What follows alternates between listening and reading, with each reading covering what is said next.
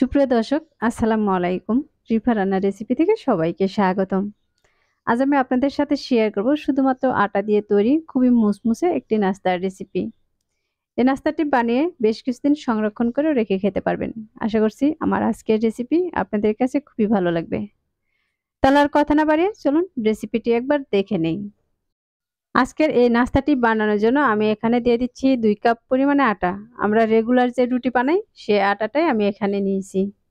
দিয়ে দিচ্ছি স্বাদ মতো লবণ আর দিয়ে দিচ্ছি 2 টেবিল চামচ পরিমাণে রান্নার তেল। এখন এই তেলের সাথে আটাটাকে আমি খুব ভালোভাবে মিশিয়ে নিব। তেল আর আটাটাকে ভালোভাবে মেশালে এই নাস্তাগুলো কিন্তু খুবই মুচমুচে হবে। আমি এই আটাটা কিন্তু হাত দিয়ে ঘষে ঘষে এরকম করে খুব সুন্দর করে মিশিয়ে নিচ্ছি। অবশ্যই চেষ্টা করবেন এই আটাটাকে এভাবে মিশিয়ে নেওয়ার। আর এটা মেশানোর পর দেখবেন এরকম চাপ দিলে কিন্তু মুঠি হয়ে আসবে। আমার এই পর্যায়ে এগুলো মেশানো হয়ে গেছে। এখন এর মাঝে দিয়ে দিচ্ছি আমি পরিমাণ মতো পানি। আমি এখানে হাফ কাপ পানি নিয়েছি আর এই পানিটা কিন্তু পুরোটা একবারে দিব না। একটু একটু করে পানি দিয়ে এটাকে খুব সুন্দর করে একটি ডো বানিয়ে নিব। প্রথমে পানিটা দিলে দেখা যাবে ডোটা পাতলাও হতে পারে। তাই অবশ্যই চেষ্টা করবেন একটু একটু করে পানি দিয়ে ডোটা তৈরি করার। আমি আবারও কিছুটা পরিমাণে পানি দিয়ে দিচ্ছি। তো পানি দিয়ে এটাকে আবারও ভালোভাবে মাখিয়ে নিচ্ছি।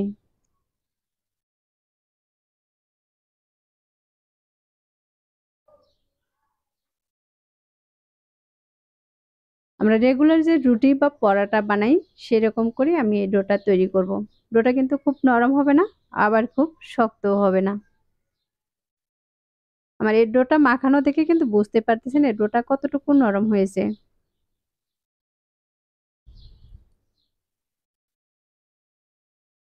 আমার এই ডোটা কিন্তু এখন মাখানো হয়ে গেছে। এখন এটাকে আমি রেস্টে রেখে দিচ্ছি 10 মিনিটের জন্য। এবার 10 মিনিট পর আমি ঢাকনাটাকে সরিয়ে নিচ্ছি। আর এই ডোটা কিন্তু আমি আবারও একটু মথে নেব। ডোটা যদি আরো 1 মিনিটের মতো মথে নেওয়া হয় তাহলে দেখবেন এই ডোটা কিন্তু আরো অনেকটাই সফট হবে।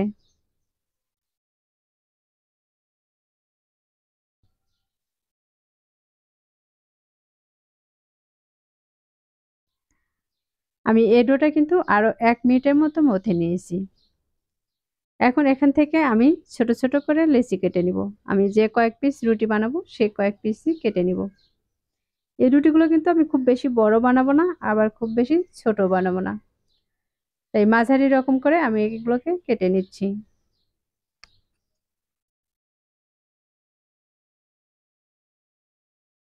আমি এই 2 কাপ আটা থেকে মোট 8টি লেচি কেটে নিব। আর একটি লেচি আমি হাতে নিয়ে এভাবে হাত দিয়ে মুড়ে মুড়ে খুব সুন্দর করে আবারও গোল করে নিব। দেখতে পাচ্ছেন এটাকে কিন্তু খুব সুন্দর করে ঘুরিয়ে ঘুরিয়ে আমি এটাকে গোল করে নিয়েছি। এখন এটাকে বোর্ডে নিয়ে নিচ্ছি। বোর্ডে নিয়ে এর উপরে আমি কিছুটা শুকনো আটা দিয়ে দিচ্ছি। এই আটাটা দিলে কিন্তু এটা রুটি বেলার সময় আর বোর্ডের সাথে লেগে যাবে না। এবার একটি রুটি বেলনাতে এটাকে খুব সুন্দর করে রুটি বেলে নিচ্ছি।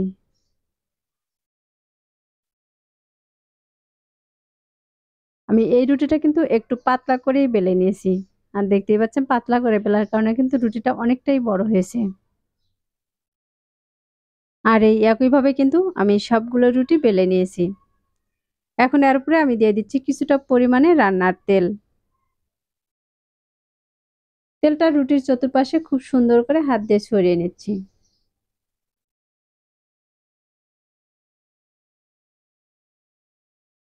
আমার তেলটা ছড়িয়ে নেওয়া হয়ে গেছে। এখন আমি আরেকটি রুটি এর উপরে দিয়ে দিচ্ছি। এই রুটিটাও আমি হাত দিয়ে চতুর্পাশে খুব সুন্দর করে সমান করে নিব। রুটিটা বানিয়ে রাখার পর কিন্তু একটু ছোট হয়ে যায়। আর এরকম করে হাত দিয়ে যখন টান দিবেন তখন কিন্তু এই রুটিটা আবারও বড় হয়ে যাবে। একইভাবে এই রুটির উপরেও আমি আরো কিছুটা পরিমাণে তেল দিয়ে দিচ্ছি। আর তেলটা কিন্তু রুটির চতুর্দিকে খুব সুন্দর করে ছড়িয়ে নিচ্ছি। এবার আমি এর উপরে আরেকটি রুটি দিয়ে দিচ্ছি। এরকম এক এক করে আমি 3 থেকে 4টি রুটি দিয়ে দিব।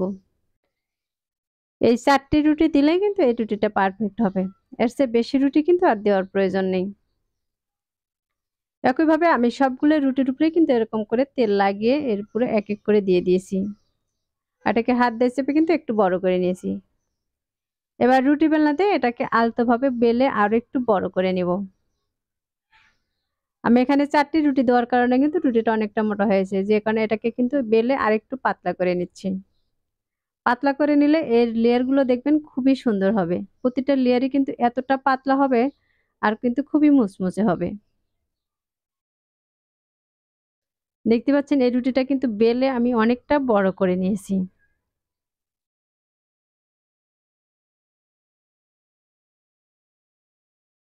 এই রুটিটা কিন্তু আমরা যেরকম করে পরোটা বানাই সেরকম করেই মোটা করে নিয়েছি।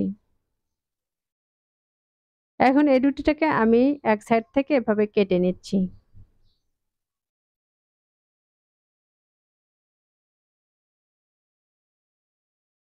এবার আমি অপর পাশ থেকে আবারও কেটে এগুলোকে একটু চৌকোনা করে নিচ্ছি।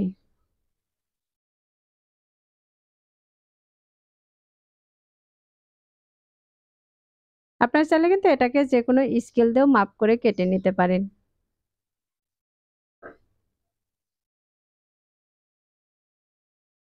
এবার একটিকে হাতে নিয়ে কিন্তু পানি লাগিয়ে নিচ্ছি আর এই পাশে কিন্তু এভাবে লাগিয়ে নিচ্ছি।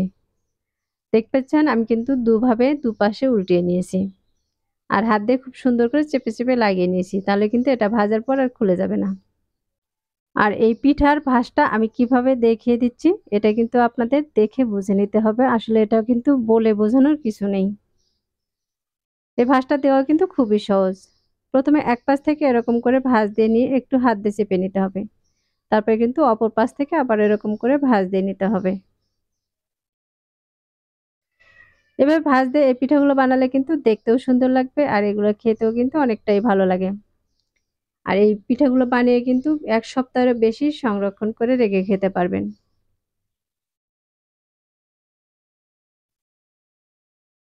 তাহলে দর্শক দেখতে পাচ্ছেন আমি কিন্তু একইভাবে এখানে সবগুলোকে তৈরি করে নিয়েছি। আর এগুলো তৈরি করা কিন্তু খুবই সহজ। আমার সবগুলো এখানে তৈরি করা হয়ে গেছে। এখন এগুলোকে আমি তেলে দিয়ে ভেজে নিব।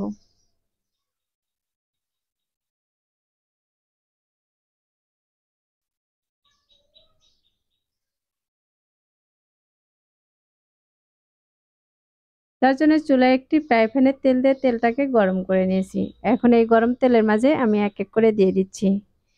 এই পিঠাগুলোর সাইজে কিন্তু অনেকটাই ছোট বানিয়েছি যে কারণে এখানে কিন্তু অনেকটাই দেওয়া যাবে। কড়াইতে যতগুলো দেওয়া যাবে আমি ততগুলোই কিন্তু দিয়ে ভেজে নেব।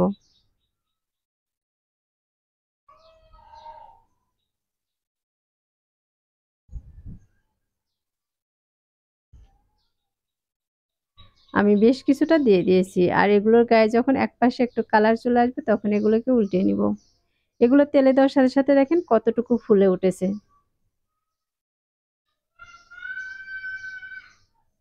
আমি এক এক করে সবগুলো কিন্তু এখানে উল্টিয়ে নিচ্ছি।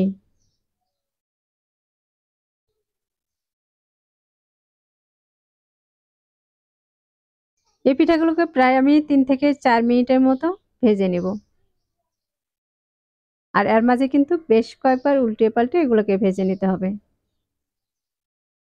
আমি প্রায় ৩ থেকে ৪ মিনিটের মতো এগুলোকে ভেজে নিয়েছি আর ভাজার পরে দেখতেই পাচ্ছেন এগুলোর গায়ে কত সুন্দর একটি কালার চলে এসেছে।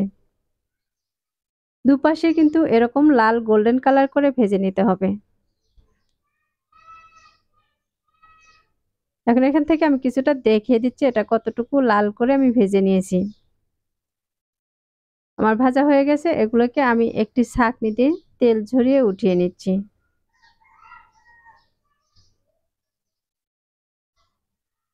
এই ছাঁকনিতে কিন্তু একবারে সবগুলো ওঠানো যাবে না, তাই কিন্তু ২ বারে আমি উঠিয়ে নিব।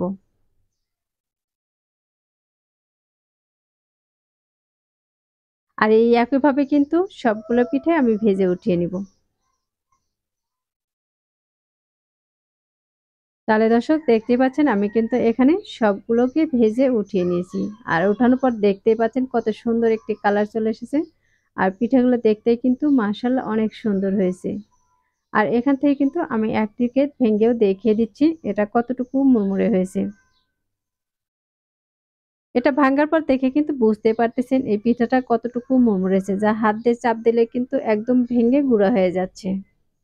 আশা করছি প্রতিদিনের মতো আমার আজকের রেসিপি আপনাদের কাছে খুবই ভালো লেগেছে আর সহজও লেগেছে। রেসিপিটি ভালো লাগলে ভিডিওতে অবশ্যই একটি লাইক দিয়ে শেয়ার করার অনুরোধ রইল। আর রেসিপিটি কেমন হয়েছে তা অবশ্যই কমেন্টে লিখে জানাবেন। আমার চ্যানেলটি এখনো সাবস্ক্রাইব করে না থাকলে চ্যানেলটি সাবস্ক্রাইব করে আমাকে সাপোর্ট করবেন। তাহলে আজকের মতো এখানেই বিদায় নিচ্ছি। সবাই ভালো থাকবেন, সুস্থ থাকবেন। আল্লাহ হাফিজ।